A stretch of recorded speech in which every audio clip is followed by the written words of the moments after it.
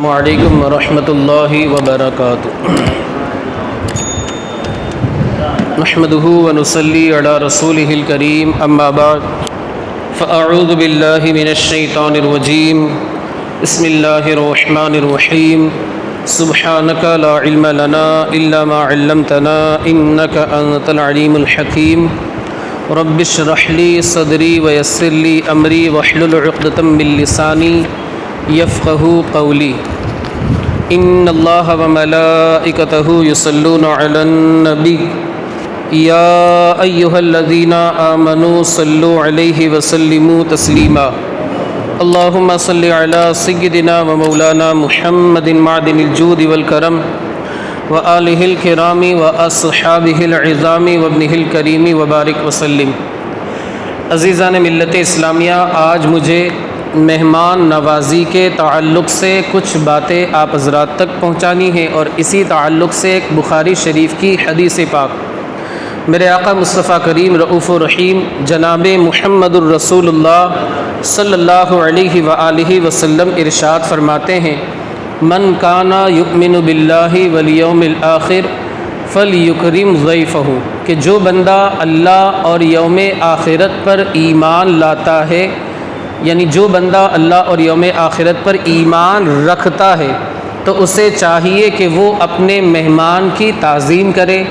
اپنے مہمان کی عزت کرے، اپنے مہمان کا خیال رکھے، اس کا پاس و لحاظ رکھے۔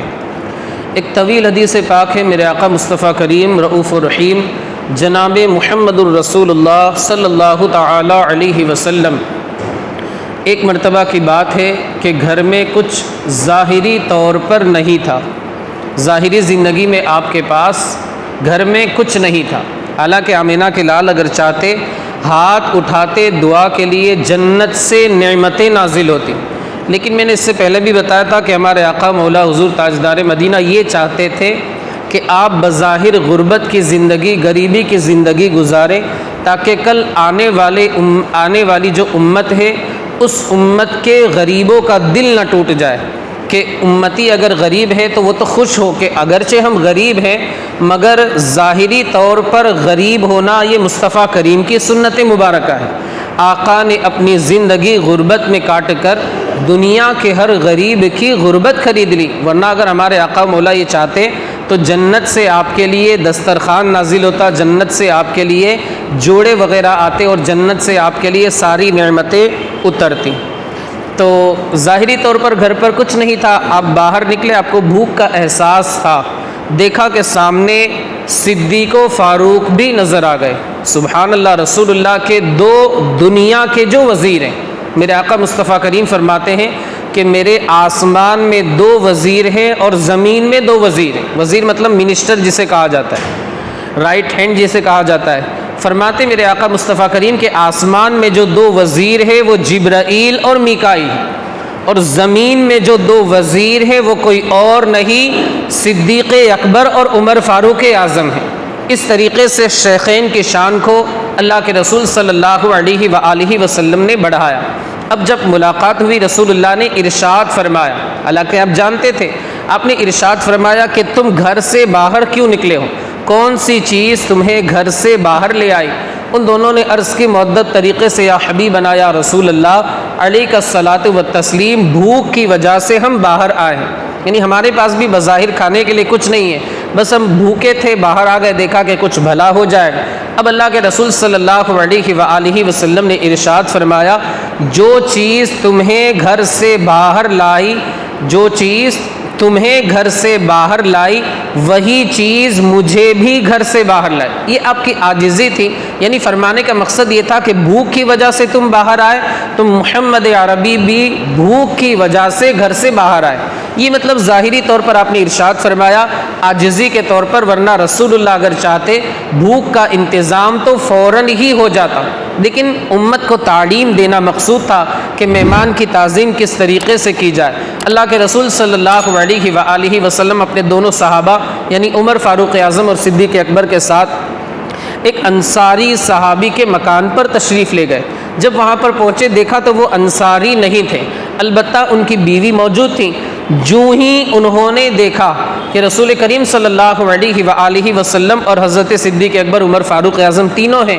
وہ بڑی خوش ہوئی، اس نے استقبال کیا، جسے ہم آج کل ویلکم کہتے ہیں، استقبال کیا، خیر مقدم کیا، آئیے تشریف لائیے. یعنی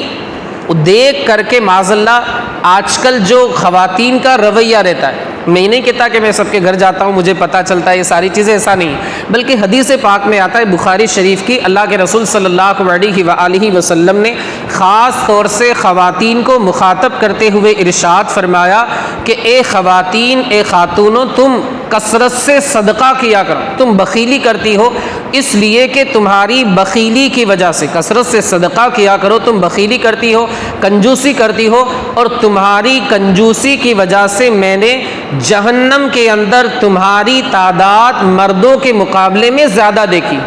یعنی حدیث پاک سے ہمیں یہ اشارہ ملتا ہے، پتہ چلتا ہے کہ مردوں کے مقابلے میں خواتین کے اندر کنجوسی زیادہ رہتی ہے. یہی وجہ ہے کہ کوئی اگر مہمان آ گیا تو ہو سکتا ہے منہ چڑھ جاتا ہوگا. اگر میں یہ کہوں کہ منہ چڑھ جاتا ہے تو ہو سکتا ہے کسی کے ذہن میں خیال آئے کہ امام صاحب اپنے گھر کی بات کر رہے ہیں کہ ان کے گھر میں ایسا ہوتا ہوگا، کوئی مہمان آیا اور ان کی آجیانی کا منہ چڑھ جاتا ہوگا. تو میں یہ نہیں کہتا کہ منہ چڑھ جاتا ہے، بلکہ میں یہ کہتا ہوں کہ منہ چڑھ جاتا ہوگا. شاید اللہ بہتر جانے، اللہ کرے ایسا نہ ہو، اور اگر ایسا ہوتا ہے تو اللہ تعالیٰ اپنے حبیب کے صدقے میں ہمارے گھر کی ماں بہنوں کو، خواتین کو نیک توفیق عطا فرمائے. خیر، تو مہمان آنے پر گھر والوں کا منہ جو بگڑ جاتا ہے، اس حدیث پاک میں جو میں آپ کو سنانے جا رہا ہوں، جو سنا رہا ہوں، اس میں آپ دیکھیں کہ وہ انصاری کی جو بیوی تھی وہ خوش ہو گئی، انہوں نے استقبال کیا کہ آئے، آپ کا استقبال ہے، تشریف لائے، ہمیں بڑی خوشی ہوئی کہ ہمارے یہاں مہمان آئے. اس سے ہمیں اور ہمارے گھر کی خواتین کو یہ سبق ملتا ہے کہ اگر مہمان آئے تو ہمیں ناراض نہیں ہونا چاہیے، اس لیے کہ حدیث پاک میں آتا ہے کہ مہمان اگر آتا ہے تو وہ تمہارا نہیں کھاتا بلکہ اپنا رزق خود لے کر کے آتا ہے. اور یہ بھی یاد رکھے کہ جو بندہ مہمان کے ساتھ کھانا کھاتا ہے، کثرت سے مہمان نوازی کرتا ہے، اللہ کل قیامت کے دن اس بندے سے حساب نہیں لے گا. یہ ساری حدیث پاک میں آپ حضرات کو بتا رہا ہوں، مگر مہمان سے ہمیں تھوڑی سی ایک تکلیف ہوتی ہے کہ یار آئے گا، انتظام کرنا پڑے گا، کھلانا پڑے گا، یہ ساری چیزیں. تو مہمان سے ہمیں نہیں گھبرانا چاہیے. یاد رکھے اللہ کے ایک جلیل القدر پیغمبر، اللہ کے نبی حضرت سیدنا ابراہیم بغیر مہمان کے کھانا تک تناول نہیں فرماتے تھے. آپ حضرت نے تو مشہور واقعہ حضرت طلحہ کا سنا بھی ہوگا، انصاری کا، کہ ایک مہمان آئے، گھر میں کچھ نہیں تھا، بس ایک آدمی کھانا کھا لے اتنا کھانا تھا. اللہ کے رسول صلی اللہ علیہ وسلم نے اعلان فرمایا کہ کون ہے جو ان کی مہمان نوازی کرے. حضرت طلحہ کھڑے ہو گئے، ان کو لے گئے، اپنی اہلیہ سے پوچھا گھر میں کچھ کھانے کا ہے؟ فرمایا، اہلیہ نے کہا کہ ایک آدمی کا کھانا ہے، بس یعنی ایک آدمی کھانا کھا لے، اتنی مقدار میں ہمارے پاس کھانا موجود ہے. اب وہ صحابی رسول، بچے بھوکے ہیں، رو رہے ہیں، وہ صحابی رسول نے کیا کیا کہ اپنی بیوی سے یہ کہا کہ بچوں کو سلا دو، چراغ بجھا دو، کھانا رکھ دو. وہ مہمان کھاتا جائے گا، اندھیرا رہے گا، اسے پتہ نہیں چلے گا کہ میں کھا رہا ہوں یا نہیں کھا رہا ہوں. اگر اس کو پتہ چل گیا کہ میں نہیں کھا رہا ہوں، وہ شرمندہ ہوگا، کھانا چھوڑ دے گا. حالانکہ ہمیں تو مہمان کو خوش کرنا ہے. چراغ بجھا دیا گیا، بچوں کو سلا دیا گیا. انصاری صحابی بھوکے رہے، وہ جو مہمان تھا اس نے الحمدللہ پیٹ بھر کر کے کھانا تناول کر لیا. دوسرے دن بارگاہ رسالت میں پہنچے. رسول اللہ تو غیب داں تھے، ہمارا تو عقیدہ ہے. رسول اللہ نے سامنے سے ارشاد فرمایا کہ رات میں ایک انصاری کے یہاں ایسا واقعہ پیش آیا، اس بندے کے لیے بشارت ہو کہ اللہ و رسول اس سے راضی ہو گئے. یہ مہمان نوازی کی برکت، جس سے ہم کتراتے، دور بھاگتے، ہمیں جو پسند رہی ہے، اللہ ماشاءاللہ میں سارے لوگوں کی بات نہیں کرتا، لیکن انسان جو ہے وہ اس سے تھوڑا سا دور بھاگتا ہے، تو مہمان نوازی انسان کو کرنی چاہیے. وہ حدیث پاک میں سنا رہا تھا، انصاری کی بیوی خوش ہو گئی. پھر پوچھا رسول اللہ نے کہ تمہارے شوہر نامدار کہاں ہیں؟ عرض کی یا رسول اللہ وہ میٹھا پانی لینے کے لیے گئے. تھوڑی دیر گزری تھی کہ وہ انصاری صحابی بھی آ جاتے ہیں. اب رسول اللہ کو دیکھا تو بڑے وہ بھی خوش ہوئے، دل سے ایک دم ان کے آوازیں نکلنے لگی، وہ خوش ہوئے، خوشی کا اظہار کرنے لگے، مسکرانے لگے. اہلا و سہلا مرحبا. اور کیا عرض کرتے، یا رسول اللہ آج مجھ سے بڑا خوش نصیب کوئی ہو ہی نہیں سکتا جس کے یہاں اتنے معزز لوگ مہمان بن کر کے آئے. یعنی مجھے رسول اللہ آپ کی اور آپ کے دونوں جانثار صحابہ کی مہمان نوازی کا شرف ملنے والا ہے، سعادت ملنے والی ہے. اس سے بڑی سعادت اور کسی بندے کو، یعنی مجھ سے بڑی سعادت، شرف اور کسی کو آج میرے حساب سے حاصل ہے ہی نہیں. اب وہ صحابی رسول ان کے پاس کچھ کچی پکی کھجوریں تھی، وہ لا کر کے پیش کی۔ محدثین کرام فرماتے ہیں کہ یہ بہتر ہے، افضل ہے، مستحب ہے کہ اگر ہم کسی کی دعوت کر رہے ہیں تو کھانا وغیرہ کھلانے سے پہلے ہم ہلکی پھلکی چیز پیش کریں۔ جیسے ہمارے مہمان آئے، کھانے میں وقت ہے تو ہم جیسے آج کل ہمارے یہاں عرف ہوتا ہے کہ ہم اس کو پانی دیتے ہیں اور چائے وغیرہ پیش کرتے ہیں، یعنی ہم ایک بات عرض کروں، تکلیف دہ بات ہے کہ ہم سستے میں نپٹ لیتے ہیں۔ حالانکہ ہونا یہ چاہیے کہ ہم تھوڑی سی بہت میڈیم کلاس کی ہم کم سے کم لائیں، بہت مہنگی بھی نہ پیش کریں لیکن کم از کم ایک میڈیم کلاس کی چیز تو ہم پیش کریں، ہم لسی پیش کریں یا تھوڑی چائے سے ہم تھوڑا سا اوپر آئے۔ چائے کیا ہے، بہت سستا ہو جاتا ہے، چائے جو چیز ہے وہ بہت سستی ہو جاتی ہے۔ ہمیں تو مہمان کی عزت کرنی ہے، اور اس لیے نہیں کہ لوگ کہیں گے یار بہت اچھی تعظیم کرتا ہے، عزت کرتا، نہیں، بلکہ ہمیں تو حدیث پاک پر عمل کر کے رسول اللہ کو راضی کرنا ہے، اللہ کو ہمیں راضی کرنا ہے، ناراض نہیں کرنا ہے۔ تو اس حدیث پاک سے یہ پتا چلا کہ مہمان کو کھانا پیش کرنے سے پہلے، یعنی کھانے میں تھوڑا سا وقت ہے، کھانا پیش کرنے سے پہلے ہم تھوڑی موڑی ہلکی پھلکی چیز پیش کریں۔ ہم چائے پیش کرتے تو ہمیں یہ چیز بدلنی ہے، تھوڑی سی مہنگی والی چیز لائے، بہت مہنگی نہیں، کم از کم لسی پیش کرے یا فروٹ وغیرہ پیش کرے تاکہ اچھا رہے۔ جیسے نمکین وغیرہ بھی کسی جگہ نمکین وغیرہ بھی پیش کیا جاتا ہے۔ لیکن ایک بات کہ جب رشتہ داری کی بات آتی ہے، یعنی جہاں پر جیسے بات ڈالی ہے لڑکے والے آئے یا لڑکی والے آئے تو ہزاروں میں ناشتہ ہوتا ہے، لیکن اگر کوئی ایسا بندہ نہیں، بالکل معمولی سا کوئی بندہ آ گیا، حالانکہ وہ بھی مہمان بن کر آیا، مہمان وہ بھی ہے، مہمان یہ بھی ہے، تو اس بندے کو صرف ہم چائے میں سمجھا دیتے، کھانے کا بھی نہیں پوچھتے۔ یاد رکھیں مہمان نوازی میں اس حدیث پاک میں اور دوسری احادیث میں یہ نہیں فرمایا گیا کہ اپنا آئے یا جس سے ہماری رشتہ داری ہے اسی کو ہم اچھا پیش کریں، جو ہمارا رشتہ دار نہیں ہے صرف پہچانے اس کو ہم سستی مستی چیز میں نپٹا دیں، ایسا ہمیں نہیں کرنا ہے، بلکہ ہم اچھے سے اچھی چیز اپنے مہمانوں کو پیش کریں۔ اب وہ انصاری صحابی نے کھجوریں پیش کی، کھجوریں مصطفیٰ کریم نے تناول فرمائی، اب انہوں نے چاقو لیا اور ایک بکری کے بچے کو ذبح کرنے کے ارادے سے چلیں۔ اس سے یہ بھی پتہ چلتا ہے کہ ہمیں اچھے سے اچھا کھانا پیش کرنا، اس پر تو الحمدللہ عمل ہوتا ہے کہ ہم گوشت والی چیز ہی مہمان کے سامنے پیش کرتے ہیں۔ سبزی وغیرہ اگر کسی کو پیش کی جائے تو جا کر کے وہ چار آدمی بھی بولے گا اور ہمارا بھی نام خراب ہوگا، گھر والوں کا بھی نام خراب ہوگا، بے عزتی ہوگی۔ ویسے ناجائز و حرام نہیں ہے، لیکن کم از کم انسان گوشت پیش کرے تاکہ اچھا رہے، سامنے والا بھی خوش ہو جائے، مگر اس کی حیثیت نہیں ہے۔ اسلام یہ نہیں کہتا کہ حیثیت نہیں ہے پھر بھی مہنگا لائے۔ محدثین کرام فرماتے جو اس سے ہو سکے وہ پیش کر دے۔ اب انصاری صحابی جب جانے لگے، رسول اللہ نے فرمایا کہ خبردار دودھ پیتے بچے کو ذبح نہ کرنا، دودھ پیتے بچے کو، یا پھر ایک روایت کے مطابق آپ نے یہ ارشاد فرمایا کہ دودھ دینے والی بکری کو ذبح مت کرنا، ذبح نہ کرنا۔ اس سے یہ بھی پتہ چلتا ہے کہ ماں کا خیال رکھا رسول اللہ نے، کیوں؟ اگر ماں کو ذبح کر دیا بچے دودھ کہاں سے پئیں گے؟ خیر وہ صحابی رسول گئے، ایک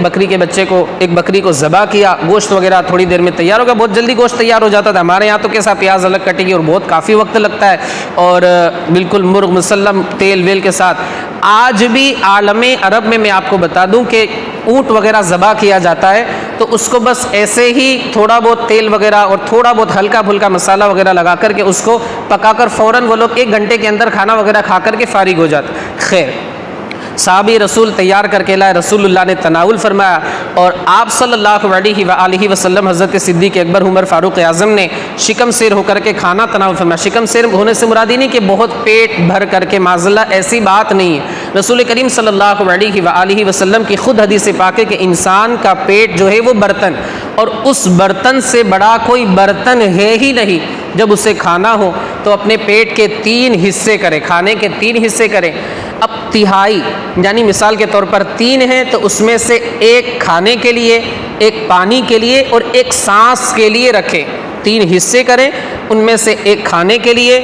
1 حصہ پانی کے لیے اور 1 حصہ سانس لینے کے لیے۔ لیکن آج کل ہوتا کیا ہے، جوانوں کا حال یہ ہے کہ 3 حصے جو ہے وہ کھانے سے فل ہو جاتے ہیں۔ اب پانی تو بولے ابھی نہیں، ابھی پیٹ بالکل بھرا ہوا ہے، سانس تو بالکل پھولنے لگی ہے، اب بالکل بستر کے علاوہ اور کوئی چیز نظر نہیں آتی۔ خیر ہمیں حدیث پاک پر عمل کرنے کی ضرورت ہے۔ یاد رکھے بندہ اگر پیٹ بھر کر کے کھانا کھاتا ہے، جائز ہے، ویسے کوئی ناجائز و حرام نہیں ہے، لیکن اگر پیٹ بھر کر کے بھوک سے زیادہ کھاتا ہے، عبادت میں اس کا دل نہیں لگتا۔ آپ بالکل آزما کے دیکھ لیں کہ جب بندہ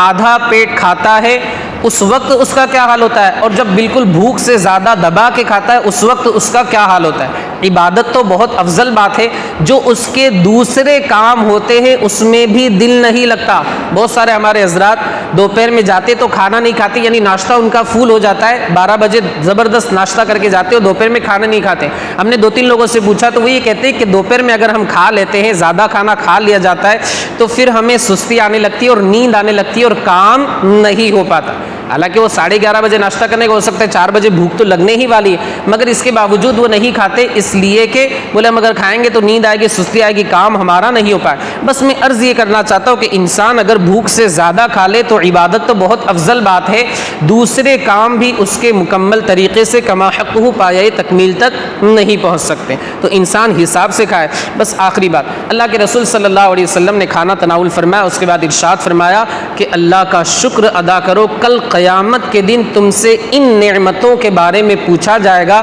کہ تم گھر سے تو باہر بھوکے آئے تھے مگر اللہ نے تمہاری بھوک کو ان نعمتوں کے ذریعے ختم فرما دی، یعنی بھوک لگی تھی، اللہ نے ایسی نعمت عطا فرمائی جسے سید الطعام، کھانوں کا سردار، گوشت کہا جاتا ہے۔ آج بھی جس کی قیمت بہت زیادہ ہے، بکرے کے گوشت کی قیمت دوسرے گوشت کے مقابلے میں بہت زیادہ ہے، تو رسول اللہ نے اس سے ہمیں یہ سبق دیا، یہ تعلیم دی، یہ ذہن دیا کہ ہمیں اللہ کا شکر ادا کرنا ہے، کہ کل قیامت کے دن تم سے پوچھا جائے گا کہ تم نے اللہ کا شکر ادا کیا یا نہیں کیا۔ ایک مسئلہ میں بتا دوں کہ اگر ہمارے یہاں کوئی مہمان آتا ہے، مثال کے طور پر 3 دن اس کا رہنے کا ارادہ ہے، تو کیا ہم روزانہ اس کو مہنگا والا کھانا پیش کریں گے یا پھر سادہ کھانا پیش کر دیں گے؟ تو شریعت یہ کہتی ہے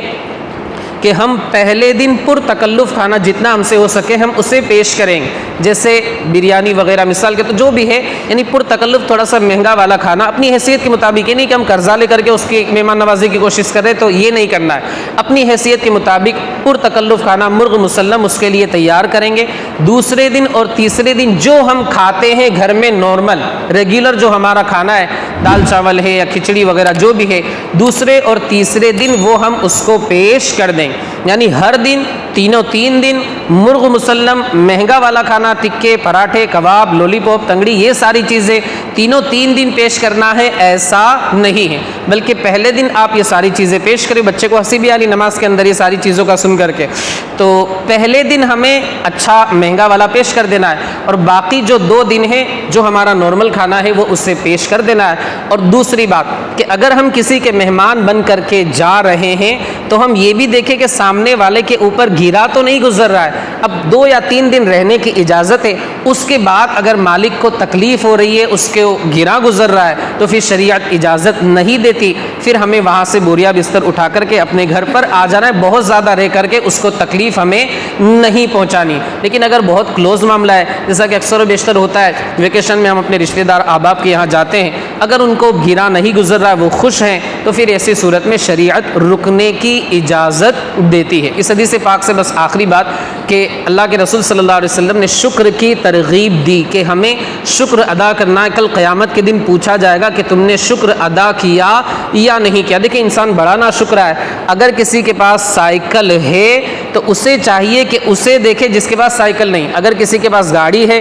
تو اسے دیکھے جس کے پاس سائیکل ہے گاڑی نہیں، اگر کسی کے پاس 4 ویلر ہے تو اسے دیکھے جس کے پاس 4 ویلر نہیں ہے بلکہ بائک، یعنی معاملات میں انسان اپنے سے نیچے والے کو دیکھے گا، یقیناً وہ اللہ کا شکر گزار بندہ بن جائے گا۔ اے اللہ تو نے مجھے تو یہ عطا فرمایا، اس کے پاس تو اتنا بھی نہیں ہے، اگر واقعی اس کے دل میں تکبر نہیں آ رہا ہے تو انشاءاللہ وہ شکر گزار بندہ بن جائے گا۔ ایک بزرگ دمشق کی جامع مسجد میں نماز پڑھ کر کے نکلے، ان کی چپل غائب ہو گئی۔ آج کل بھی ہوتا ہے بڑی راتوں میں، جمعہ میں، عیدین میں، یا اگر رویوار کو پبلک زیادہ ہے تو چپل غائب ہو گئی۔ اب دوسرے صاحب جن کی چپل غائب ہوئی، یار میری چپل غائب ہے تو میں بھی دوسرے کی چپل غائب کروں۔ لوگ آ کر کے مسئلہ پوچھتے ہیں کہ عمرہ کرنے کے لیے جاتے ہیں، حج کرنے کے لیے جاتے ہیں تو ہماری چپلیں غائب ہو جاتی ہیں، تو کیا ہم بھی دوسرے کی چپل لے لیں؟ ارے بھائی یہ کون سا انصاف ہے؟ ضروری تھوڑی ہے کہ جس کی آپ چپل لے رہے ہیں اسی نے آپ کی چپل چرائی ہے، تو خبردار شریعت اس کی اجازت نہیں دیتی۔ یار آپ کا امتحان ہے، صرف 200-300 کی چپل ہی گئی ہے، صحابہ نے تو اپنا پورا مال رسول اللہ کی بارگاہ میں قربان کر دیا تھا، ہم تو ایک چپل کے لیے مطلب رو رہے ہیں، دوسرے کی چپل لے رہے ہیں، اتنی بڑی جگہ پر جا کر کے ہم مطلب چوری جیسا تصور اپنے ذہن میں لائے۔ خیر،